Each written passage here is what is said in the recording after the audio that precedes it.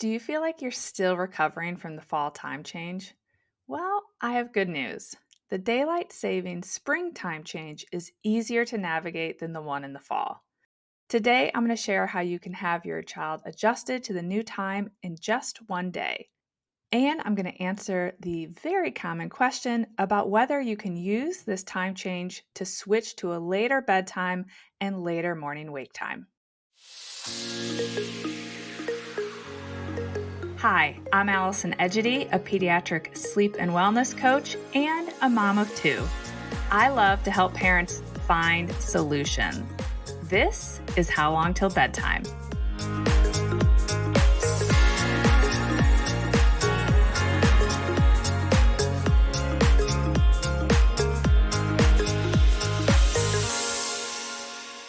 I know the time changes give a lot of parents heartburn, but I want to assure you that there is no need to lose sleep over the start and end of daylight savings, particularly for the spring forward change.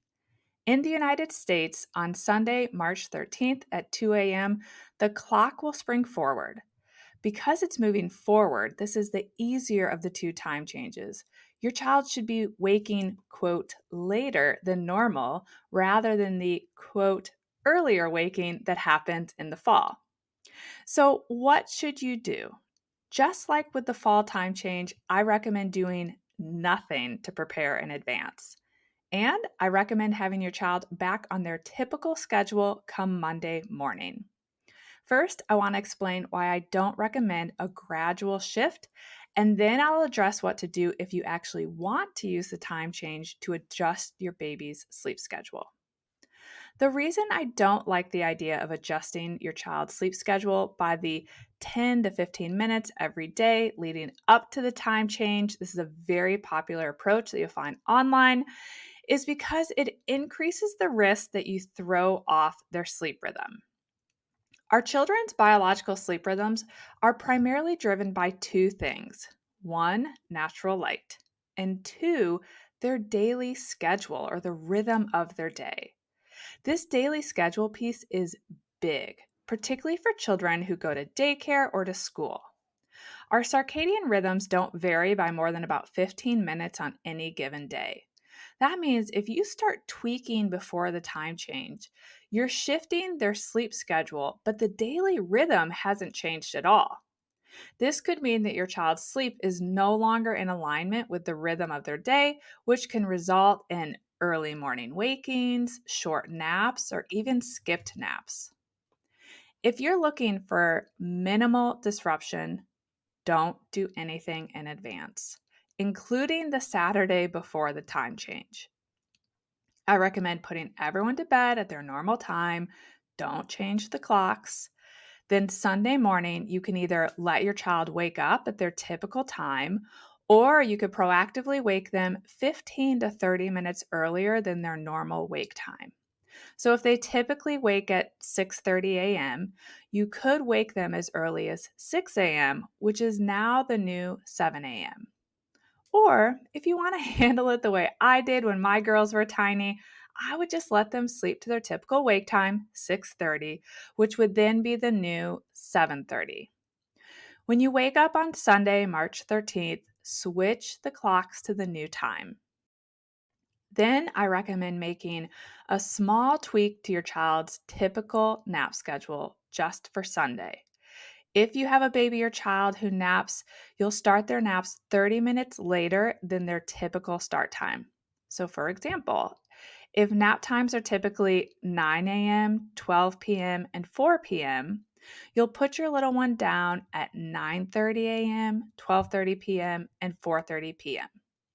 Since these are technically starting earlier than usual if you look at the rhythm they had the day before, your baby or child may take a little longer to fall asleep. But even if that's the case, I want you to not let them sleep more than 30 minutes past their typical wake time for each nap. So let's say that they would typically wake at 10:30 a.m. from their 9 a.m. nap. You'll put them down at 9:30 a.m. and you'll wake them by 11 a.m. no matter what time they actually fell asleep for that nap. You'll do that for any and all naps on Sunday. And don't forget, If you have a toddler or preschooler who uses a toddler clock or light system to help them know when it's time to get up from a nap or in the morning, remember to shift the wake times for the Sunday nap and the Monday morning waking, and then you'll have to shift them again for Monday naps. Then, Sunday night, you'll put your little one to bed 30 minutes later than normal. So, for example, if their normal bedtime is 7 p.m., you'll put them down at 7:30. Remember, that's the old 6:30. Come Monday morning, I want you to forge ahead as if the time change never happened. No matter how naps or bedtimes go on Sunday, Monday is back to your normal schedule. Normal wake time, wake your child if necessary, typical nap times, and normal bedtime. Of course, if your child's naps still aren't quite as long as usual on Monday because of this shift in their schedule, you can always put them to bed early. So, why does this quick shift usually work best?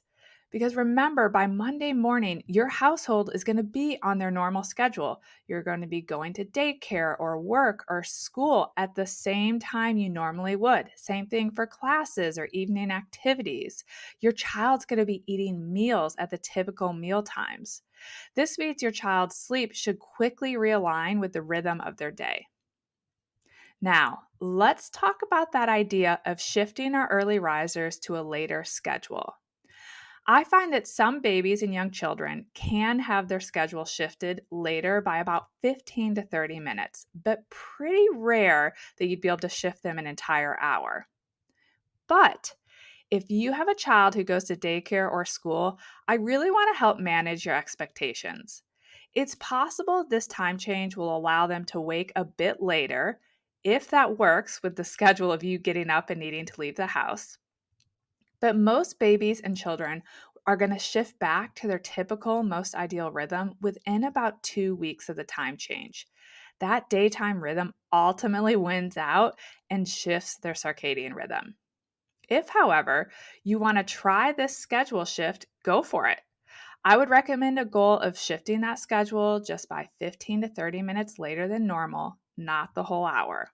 And then if you notice your child's getting less total sleep in a 24-hour period, and or you start to see that they're getting overtired, go back to the schedule that was working before the time change.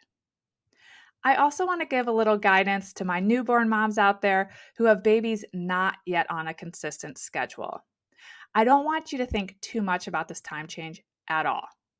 You'll keep focusing on wake windows for naps and just think about shifting your child's bedtime and morning wake window.